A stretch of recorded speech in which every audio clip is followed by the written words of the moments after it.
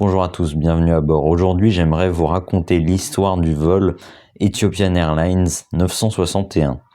Alors, on est le 23 novembre 1996 et on a un appareil qui s'apprête à décoller de l'aéroport d'Addis Abeba en Éthiopie, du coup. Alors, ce vol, du coup, avait lieu à bord d'un Boeing 727-260 ER. ER pour Extended Range, ça veut dire qu'il a un long rayon d'action. Et puis, à l'intérieur, on a 175 personnes et donc cet appareil s'apprête à décoller d'Addis Abeba. Et il avait pour destination l'aéroport de Nairobi, capitale du Kenya. Alors, on a donc, je disais, 175 personnes à bord. On aura parmi eux le commandant de bord et le copilote. Et parmi les passagers, on a des personnes assez spéciales. On a 3 jeunes Éthiopiens, ils ont à peine la vingtaine, qui ont des très mauvaises idées sur la suite de ce vol. Alors, je vais tout de suite vous annoncer la couleur de la chose. Il s'agit d'un détournement aérien. Alors, seulement 20 minutes après le décollage, les 3 hommes rentrent dans le cockpit. Alors, il y a déjà, ils vont se munir d'armes. En fait, ils ont pas d'armes sur eux. Donc, ce qu'ils vont faire, c'est qu'ils vont aller dans le cockpit et ils vont prendre des équipements normalement de sécurité, mais ils vont s'en servir comme des armes.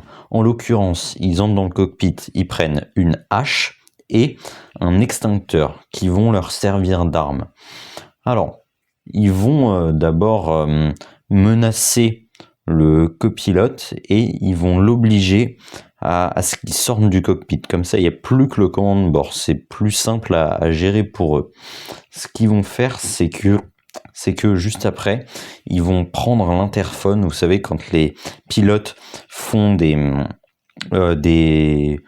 préviennent les passagers, par exemple, il y aura des turbulences, l'heure d'arrivée, la météo sur l'aéroport d'arrivée et tout, c'est le PA, le public adresse. Et donc, ces 3 Éthiopiens vont prendre l'interphone et ils vont annoncer à tout le monde qu'en fait, c'est des personnes qui sont en tout cas, contre le gouvernement éthiopien et que, voilà, ils veulent l'asile politique. Et ils vont leur dire, déjà, ils vont dire aux pilotes que si ils respectent pas les ordres qu'ils veulent, ils font sauter l'avion, ils font sauter une bombe, et ils vont aussi annoncer à l'interphone que si jamais des personnes venaient à tenter d'empêcher ce détournement, ou voilà, empêcher leur plan, ils feraient aussi sauter l'avion. Alors il se trouve qu'en fait ils ont menti. Alors déjà la bombe, en fait, c'était qu'une bouteille d'alcool fort, de spiritueux, qu'ils auront camouflé pour faire croire que c'est une bombe. Il y avait aussi un autre mensonge, c'est qu'ils ont prétendu qu'ils étaient 11 à bord de l'appareil, alors qu'en réalité, ils étaient que 3. C'est les 3 qui sont rentrés dans le cockpit. Alors, ce que vont faire ces Éthiopiens, ils vont imposer aux pilotes d'aller vers l'Australie. Sauf qu'il y a un problème. La liaison Addis Abeba et Nairobi, elle est assez courte. Aller en Australie, c'est un vol intercontinental, faut traverser tout l'océan Indien et tout. C'est absolument pas possible. Les pilotes n'ont pas pris assez de carburant pour faire ce vol complètement fou entre l'Éthiopie et l'Australie. Alors, ce que va faire le commandant de bord, c'est qu'il va expliquer aux pirates de l'air, ils vont leur expliquer qu'en fait c'est pas possible. Ils ont pris du carburant. Avec le carburant qu'ils ont pris, ils peuvent faire à peine un quart du trajet entre Addis Abeba et l'Australie. Donc il leur explique que c'est complètement impossible. Les, les pirates ne vont pas le croire, tout simplement. Surtout qu'il y en a un qui va faire référence à un article, à un magazine de bord de la compagnie qui dit que le temps de vol maximal du Boeing 767 est de 11 heures de vol. Donc ils vont pas le croire. Pour eux, ils pensent qu'il y a assez de carburant pour aller jusqu'en Australie. Sauf que c'est faux. Donc le commandant de bord a du mal à argumenter. Mais bon, de toute façon, il ne croit pas. Et puis, bah, c'est comme ça. Ce qu'ils vont faire, c'est que le commandant de bord va, je ne vais pas dire profiter de cette occasion, mais en fait, il va pas vraiment aller vers l'Australie. Il va continuer à longer la côte africaine. En fait, à un moment, les pirates se disent non mais attends mec, tu te fous de moi, pourquoi on voit toujours la terre là, on est censé être au milieu de l'eau. Du coup ils vont exiger au commandant de bord qui tourne vers l'est pour se diriger vers l'Australie. Alors le commandant de bord lui il va encore essayer de sauver sa peau. Ce qu'il va faire c'est qu'il va bien tourner vers l'est mais pas réellement vers l'Australie, plutôt vers une zone qui s'appelle les Comores. Alors, les Comores, pour vous situer un petit peu, j'ai ici une carte. Donc là, vous avez le continent africain. Ici, vous avez l'aéroport de départ, donc Addis Abeba. Par là, vous avez l'Australie qui est vraiment beaucoup plus loin. Ici, vous avez la destination qui était prévue, c'était Nairobi au Kenya, juste ici. Et puis, vous avez Madagascar qui est juste ici, l'île de Madagascar.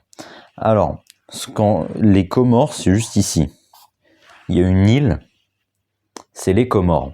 Et donc, le pilote va profiter de cette occasion, en fait, pour aller aux Comores. Hein. C'est à mi-chemin entre Madagascar et le continent éthiopien. Le continent africain, pardon. Voilà. Le commandant de bord met le cap par ici. Et puis, après 4 heures de vol, le pilote arrive bientôt vers les Comores. Mais là, il y a un problème. C'est que, bah, tout simplement, il y a plus de carburant. Hein, et les pirates, en fait, eux, ils s'en fichent qu'il y ait du carburant ou pas. Ils le croient pas s'ils disent qu'il y a une panne moteur parce qu'il n'y a plus de carburant. Donc, à un moment donné, ce qui se passe, c'est que les moteurs vont l'un après l'autre commencer à s'arrêter. Ils vont s'arrêter l'un après l'autre. Et puis, ils vont... Ce qu'espère le commandant de bord, c'est de pouvoir atterrir sur l'aéroport principal des Comores. En effet, sur l'île, on a un aéroport principal et comme il était en train de tournoyer au-dessus avec son avion, il pensait tenter un atterrissage à cet aéroport principal. Sauf que, je disais, les moteurs s'arrêtent. Et à ce moment-là, il y a aussi la Ram Air Turbine qui va sortir. Donc, il sort d'une trappe en dessous de l'appareil. En fait, c'est juste une petite hélice qui va tourner grâce au vent relatif et fournir de l'énergie pour les systèmes vitaux de l'appareil. Hein. Les crans de bord, répondre aux manches et tout. Mais bon, alors... Le commandant de bord, je disais, va tenter un atterrissage d'urgence. Sauf que là, comme l'avion commence à descendre et tout, les pirates vont pas être contents en fait. Ils voulaient aller jusqu'en Australie, donc ils vont commencer à se bagarrer avec notre commandant de bord. Donc c'est vraiment pas cool. Il y a vraiment une bagarre qui va prendre lieu dans le cockpit, alors que bon, le commandant de bord doit se battre et en même temps piloter l'avion. Finalement, le pilote va tenter d'amérir plutôt.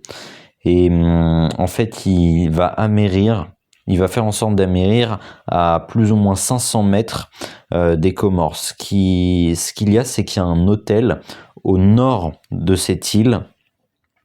C'est l'hôtel de Galawa Beach, il me semble, et donc il y a une plage juste en face, et puis il y a pas mal de touristes par là, donc le commandant de bord va tenter un amérissage par ici, dans une zone d'eau peu profonde.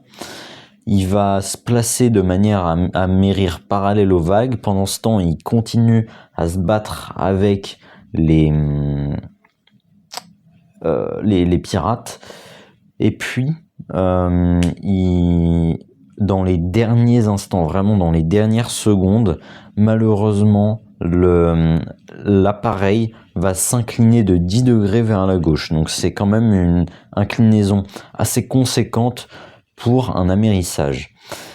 Finalement, l'appareil touche l'eau. Et puis là, l'avion va commencer à se désintégrer. En fait, il touche l'eau, vu que faut savoir que dans un amérissage, si on n'atterrit pas parfaitement plat, l'avion va se retourner. En plus, là, c'est les moteurs gauche et le bout de l'aile gauche qui vont taper contre l'eau, ils vont taper contre un récif corallien. Donc cette fois, l'appareil va commencer à se désintégrer en plusieurs morceaux, et puis il va se retourner. Tout simplement, il se retourne. Et ce qui fait que les gens ont la tête en bas, et du coup c'est moins simple pour sortir.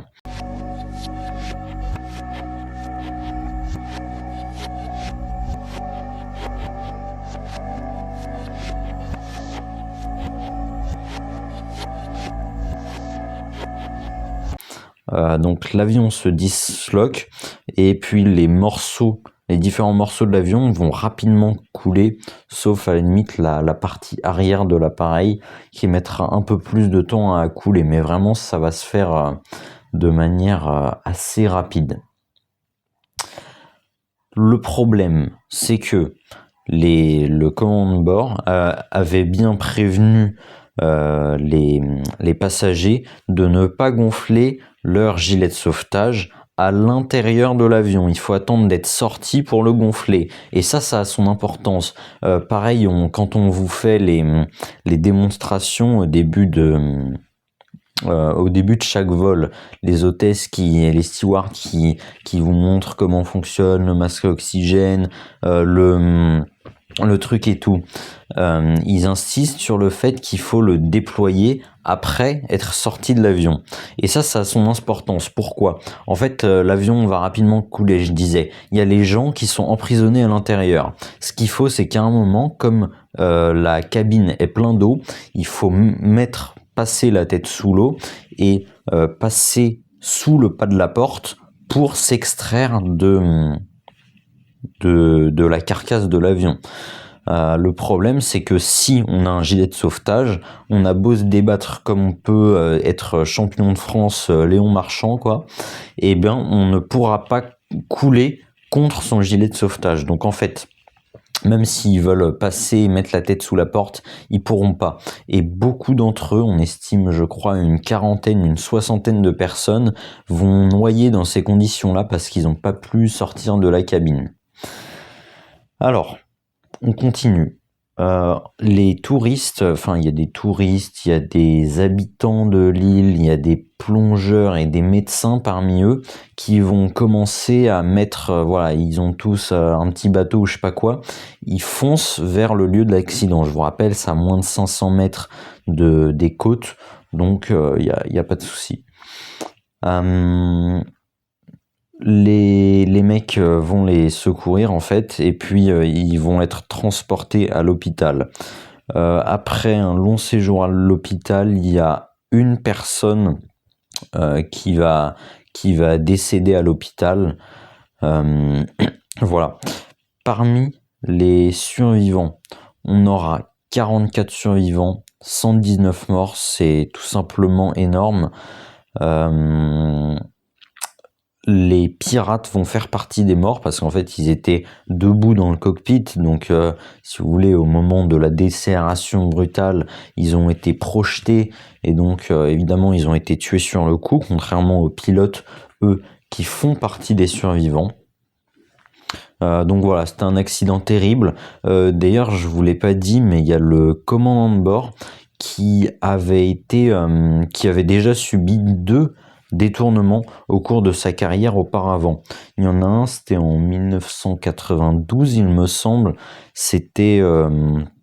On avait pareil 2 pirates qui avaient exigé d'aller au Canada, je crois, sauf qu'en fait, finalement, les 2 pirates vont se rendre. Ils avaient pris une grenade, je crois, ou je sais pas quoi pour la menace. Et puis, le commandant de bord avait déjà subi un autre détournement, encore un autre. C'était en 1995. Cette fois, c'était 5 pirates, mais finalement, eux aussi se sont rendus. Donc voilà, dans les 2 cas qui précédaient ce vol, ça s'était bien passé, on va dire. L'avion et les gens qui à l'intérieur ont pu être sauvés sans problème. Malheureusement, ce jour-là, c'était la fois de trop. On a 3 Éthiopiens complètement fous qui vont faire 119 morts, je disais. Alors, d'ailleurs, je fais des playlists en fait sur ma chaîne YouTube. Normalement, vous y avez accès. Et en fait, chaque playlist rentre dans une catégorie d'accidents. Et en fait, j'essaye de mettre au moins une vidéo pour l'instant par playlist. Celle-ci, bien évidemment, rentrera dans la catégorie abordage aérien et détournement. Et en fait, sur cette vidéo, j'ai pas trouvé d'expérience scientifique déjà, mais non plus d'expérience à faire sur simulateur, tout simplement parce qu'en fait, Microsoft Flight Simulator 2024 est très peu réaliste, si ce n'est pas du tout en fait, au niveau déjà des impacts avec le sol, mais aussi des amérissages, c'est-à-dire que l'avion réagit comme s'il amérissait, on va dire, sur du béton. C'est vraiment pas réaliste sur Microsoft Flight Simulator. L'avion ne coule pas, il se retourne pas, même quand l'avion est très penché. Donc voilà, c'était pas intéressant. J'essaye de vous trouver une petite expérience ou un petit moment au simulateur pour la prochaine vidéo. J'espère vous y retrouver nombreux. C'était Transpondeur 7700. J'espère que la vidéo vous a plu. Et puis, je vous dis à très vite dans une prochaine vidéo. À bientôt l'équipage.